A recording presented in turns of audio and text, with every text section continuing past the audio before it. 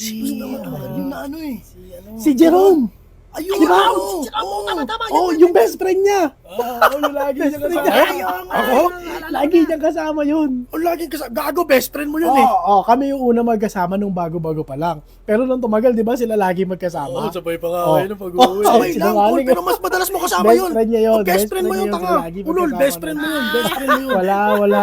Hindi ko best friend yun. Ikaw ang best friend ko, Peter. Di ba? Oo. Ikaw naman pala. Best friend niya. Kayo lagi magkasama ni Jerome nung una, di ba? Kaya ako lumapit eh.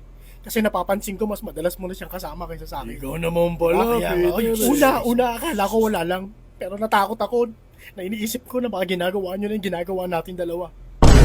Wow. Teka muna. Alam mo, maniwala na lang kami. Gago. Pa rin nakaminin sa kanila? Ha? Pinagselos mo ako kay Jerome. O, ngayon ginawa ko, lumayo na lang ako para makaiwas, di ba?